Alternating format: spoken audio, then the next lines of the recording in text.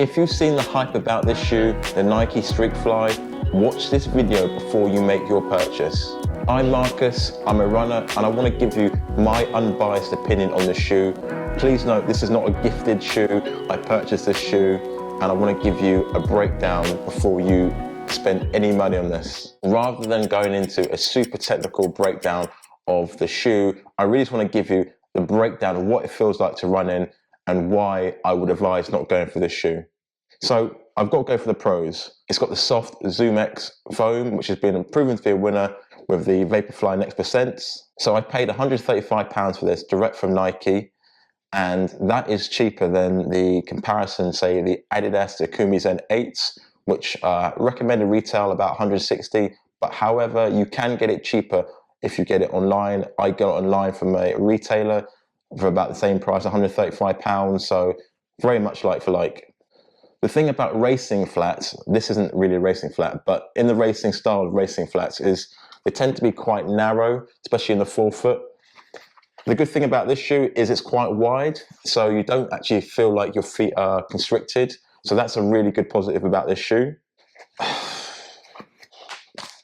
Okay, so that is where the positives end for this shoe. Let's go into the reason why I think you should not buy this shoe.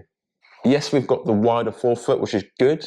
However, the foam is so soft and so cushioned, especially at lower speeds, that you don't really get the benefit. It just feels so soft. It feels like you're running on marshmallows. Now, don't get me wrong, I like marshmallows, but just not on my feet. I'm probably showing my age here, but it kind of reminds me of that Peter Kay sketch when he talked about quick slippers. If these were slippers, they would be quick slippers, but they're just not racing shoes, specifically for 5K, even though you've got it on the sign there. It really isn't. I want to be clear, you do not need a carbon plate or a plate of any kind to make a good racing flat a good shoe. So that's not what my point is about this shoe. It feels like with this shoe, what they've done is they've taken a slipper, they've put the Nike swoosh on it and put a tick on it, and it's almost like that makes it a racing shoe. It's not a racing shoe. If you want to look at a classic racing shoe, this is it. The New Balance RC 1400. Do you have that item of clothing that you really want to save? This is it, basically. I've worn this so many times in previous editions, and I've just kind of kept this one fresh for a special occasion. This is a classic shoe, a nice fit, fairly flat. You've got a board in here. It's not a carbon plate, and it keeps it rigid, especially in the midsole. And then you see on the front, it's got a little bit of snap there. So, and that makes it a really nice shoe to run in, like short distances quickly.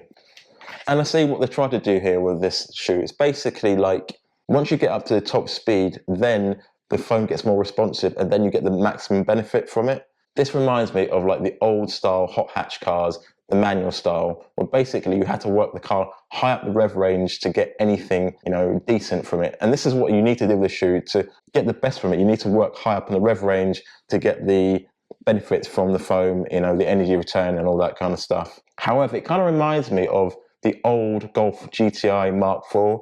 It's kind of like when Golf got really lazy and they thought, we're going to put this car out. And the consumers are like, what the hell is this? So they obviously came out with the 1.8 turbo, then the R32. Nike, you really need to step this up. I know you're a big multinational company and you've got some great shoes, but this is not doing it. Like, why did you give us this? So, as an alternative, I would look at this, which is the Adidas to Kumi Zen 8. Again, I purchased this myself, so this is an unbiased opinion. The thing I like about this is, one, you've got the foam similar to the Nike, but then you've got the energy rods here, and it keeps it like firm but quite flexible. So when you're running, it's like more of a snappy ride, and that is a really nice sensation when you're running in.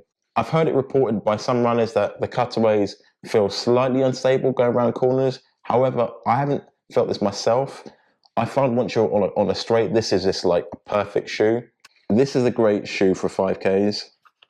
This really is just not cutting the mustard. It's kind of like, this is the Mark IV Golf GTI, and this is like a Golf R, a new version, basically. Like it's like, why? It's like you can go quickly in this one straight away, and this one you've got to work up the speed. Like, why do I want to work up the effort to do it? I mean, I'm really working hard to run a 5K, so just give me something that I need. Okay, for balance, if you're like a die-hard Nike fan, you're like, I can't do anything but Nike, then literally this is the shoe to stick with, right?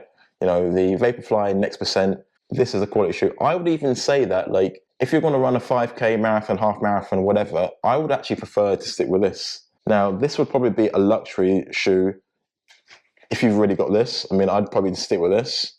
But if you've got this and you get this, you are really wasting your money. Like, seriously, just don't put your card away.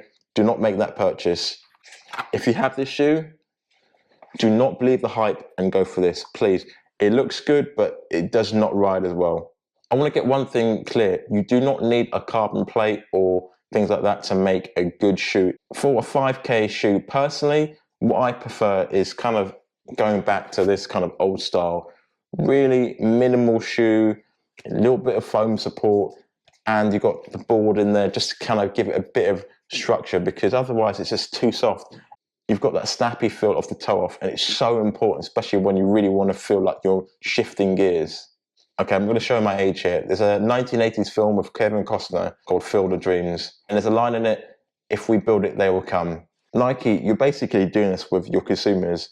So you give us great shoes like this, but then on the other hand, you give us shoes like this, which are just not cutting the mustard. In comparison to this, night, day, do not waste your money in this shoe. Nike, you can do so much better. You've got the foam here, add a little bit more rigidity to it, and this could be a much better shoe. Like many people got suckered into the Nike hype. I bought this shoe expecting big things, and seriously, it's just not cutting the mustard. Nike really needs to like watch Adidas, because they're doing great things, especially with the Adios Pro 2, Takumi Zen 8. Even though this version of the Takumi Zen 8 isn't in keeping with the previous Takumi, a lot lower profile, it kind of reminds me a little bit more of the New Balance. Like, this is a step up to the Streakfly, so it's just, it's crazy the differences. And like I said, just because there's a tick on it does not mean that you should purchase this shoe. It's not a good shoe. Okay, to wrap this up, don't waste your money in this shoe. If you haven't got a carbon plated shoe racer, then I'd go for this for a 5K, fast 5K. But if you've got this shoe, literally just use this for a 5K upwards. It's so much better. And that's a wrap. So I need to actually go and do my run now. It's Sunday and I need to do my 2-hour long run. Okay, let's go. That's a wrap.